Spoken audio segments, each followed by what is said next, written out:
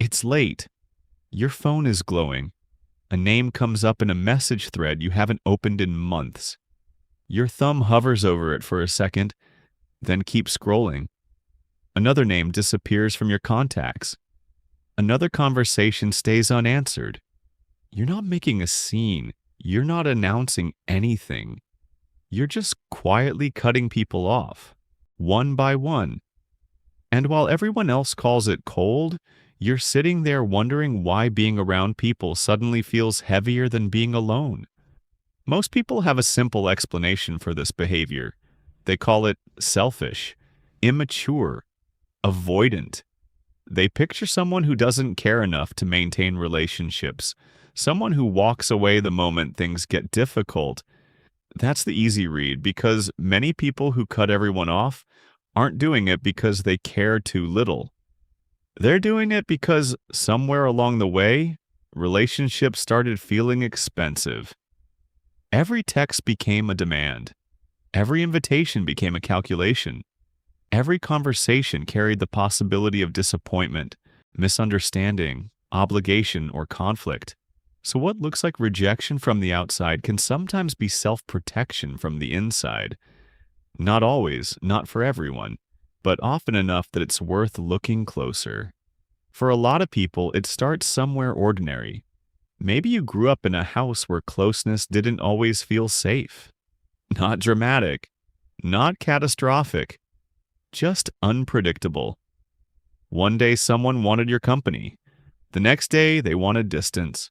One day your feelings mattered. The next day they were inconvenient. You learned to pay attention. The sound of footsteps in the hallway. The way a door closed. The shift in someone's voice halfway through dinner. Without realizing it, you became a student of emotional weather. And when you're raised in an environment where connection feels uncertain, you don't stop wanting connection. You start managing it. You become careful. You learn how much of yourself to reveal, how much to ask for, how much disappointment you can survive before pulling back. Years later, that habit can remain long after the original environment is gone. The body remembers old rules. The mind keeps using maps drawn for places it no longer lives. One framework that helps explain this comes from attachment research. In 1987, psychologists Cindy Hazan and Philip Shaver proposed that patterns formed in early relationships can echo into adult relationships. Their work suggested that experiences of closeness and reliability can shape how comfortable people feel depending on others later in life. What's important here is that attachment isn't destiny, it's expectation. If enough experiences teach you that closeness leads to pain, unpredictability, pressure, or disappointment, your mind begins making small predictions before you're even aware of them. A friend wants to talk. Part of you anticipates being drained. Someone reaches out after months. Part of you prepares for obligation. A relationship becomes emotionally complicated. Part of you starts searching for exits. The interesting thing is that these reactions often happen before any conscious decision appears. Your nervous system isn't asking, "Do I want connection?" It's asking, "Is connection going to cost me more than I can afford right now?" And once enough relationships become associated with effort rather than restoration, withdrawal can start feeling reasonable. Not because people are bad, not because you hate them, because your brain has quietly categorized distance as the safer option.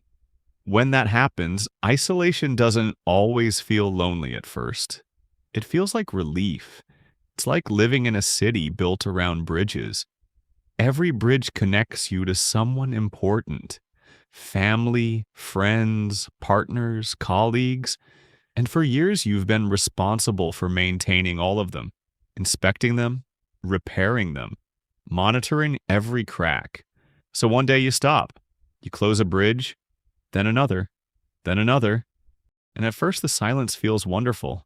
Less traffic, less noise, less maintenance, which means you're finally getting a break, but it also means fewer people can reach you. Support can't cross a bridge that's been closed. Care can't arrive if every route is blocked. The same system that protects you from unwanted demands can also block the relationships that would have helped carry the weight. The bridge doesn't know the difference. It only knows how to close. Now, I want to be careful here, because not every relationship deserves preservation. Sometimes cutting someone off is exactly the right decision. Sometimes distance is healthy. Sometimes a bridge should stay closed. But some of you aren't protecting yourselves from harmful people anymore. Some of you are protecting yourselves from vulnerability itself. There's a difference. The clue often appears afterward. You feel relief immediately and emptiness later. You remove people before they can disappoint you, but you also remove the possibility that they might surprise you. You avoid conflict, but you lose repair. You escape obligation, but you lose belonging. And after enough time passes, the isolation that once felt peaceful starts feeling strangely heavy. Not because you made a mistake, because an old survival strategy has been applied beyond the conditions it was built for. That's a calibration problem, not a character flaw. Here's the part I think matters most. The tendency to cut everyone off usually points towards something valuable underneath.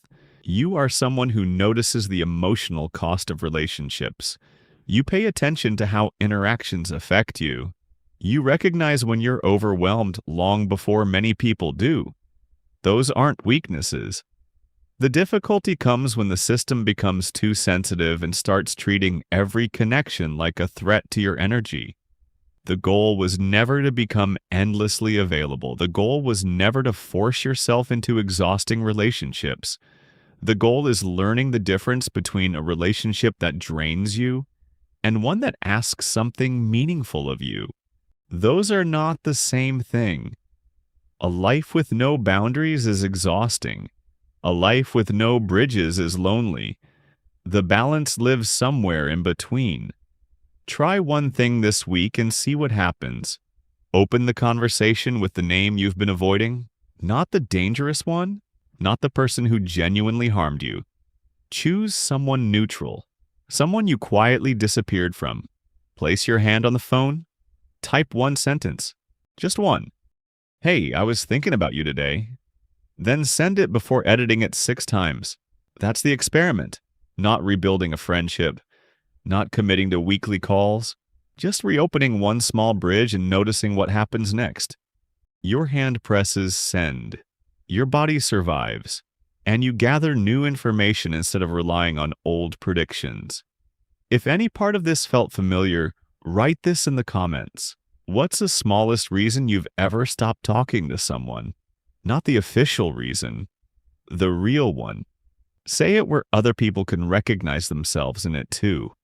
And if you want more conversations like this about the quiet patterns that shape relationships, choices, and the stories we tell ourselves, subscribe and stay close. Understanding the pattern is often the first step toward changing how much power it has over your life.